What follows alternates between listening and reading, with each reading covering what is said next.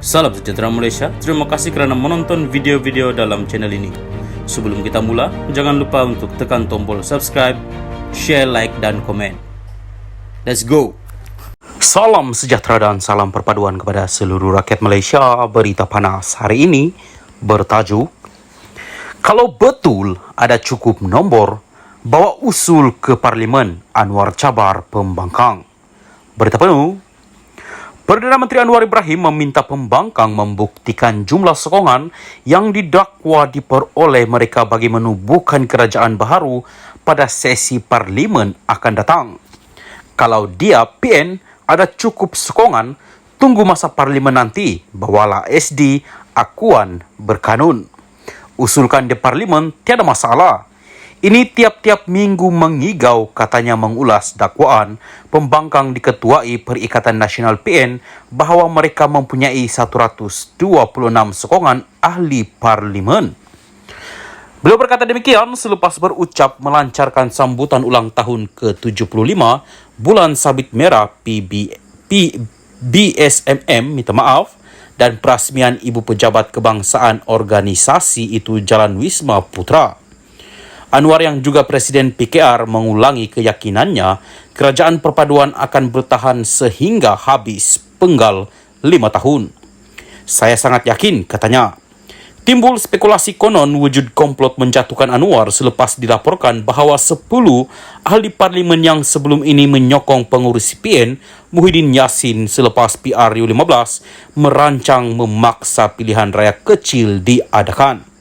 Mereka dikatakan merancang keluar parti sekaligus menyebabkan kerusi dikosongkan menurut undang-undang anti lompat parti. Pemimpin Bersatu Faiz Naim Aman menghangatkan lagi spekulasi dengan berkias menerusi catatannya di Facebook 126 dah.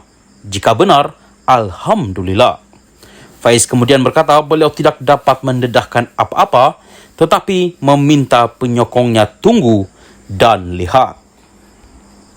Salam sejahtera dan salam perpaduan. Berita seterusnya bertajuk, Mahathir saman Anwar RM150 juta ringgit. Dr. Mahathir Mohamad memfailkan saman berjumlah RM150 juta terhadap Perdana Menteri Anwar Ibrahim berhubung dakwaan bahawa dia menggumpul kekayaan pribadi ketika berkuasa.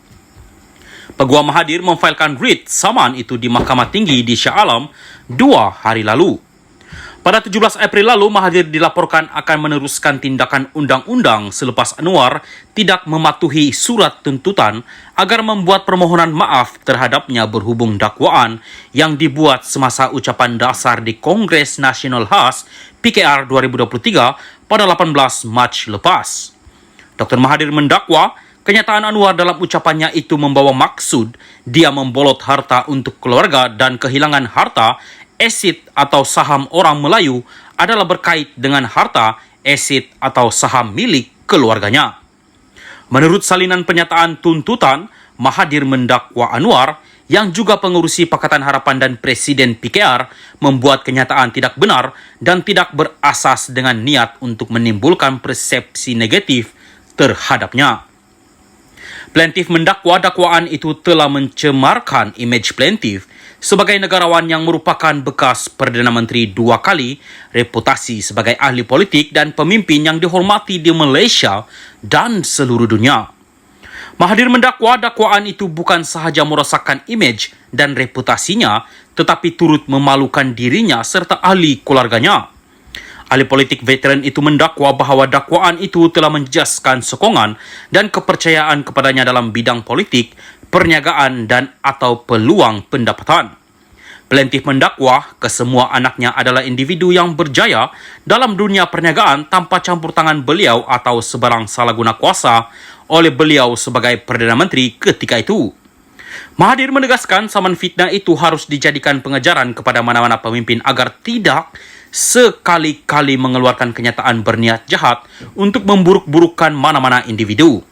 Tambahan, mengambil faktor posisi defendant sebagai Perdana Menteri yang mempunyai kuasa dan atau tenaga kerja untuk menyelidik dan atau Memastikan sebarang fakta sebelum ia dituturkan, plaintiff sepatutnya berkelayakan untuk menuntut sejumlah wang ganti rugi tauladan yang tinggi sebagai pengajaran kepada mana-mana menteri dan atau pemimpin untuk tidak sewenang-wenangnya mengeluarkan kenyataan tanpa usul pereksa dan untuk tujuan mengumpul political points sahaja, katanya. Dalam samaan itu, Mahathir menuntut ganti rugi AM sebanyak Rm50 juta dan ganti rugi tauladan Rm100 juta ringgit. Mahathir memohon perintah mahkamah supaya Anwar mengeluarkan permohonan maaf bertulis dan menarik balik dakwaan itu dengan serta-merta. Plaintiff juga menuntut ganti rugi pada kadar 5% setahun dari tarik writ saman difailkan sehingga penyelesaian penuh kos dan apa-apa relief lain yang difikirkan sesuai oleh mahkamah. Saman fitnah itu ditetapkan untuk pengurusan kes di Mahkamah Tinggi di Shah Alam pada 31 Mei ini.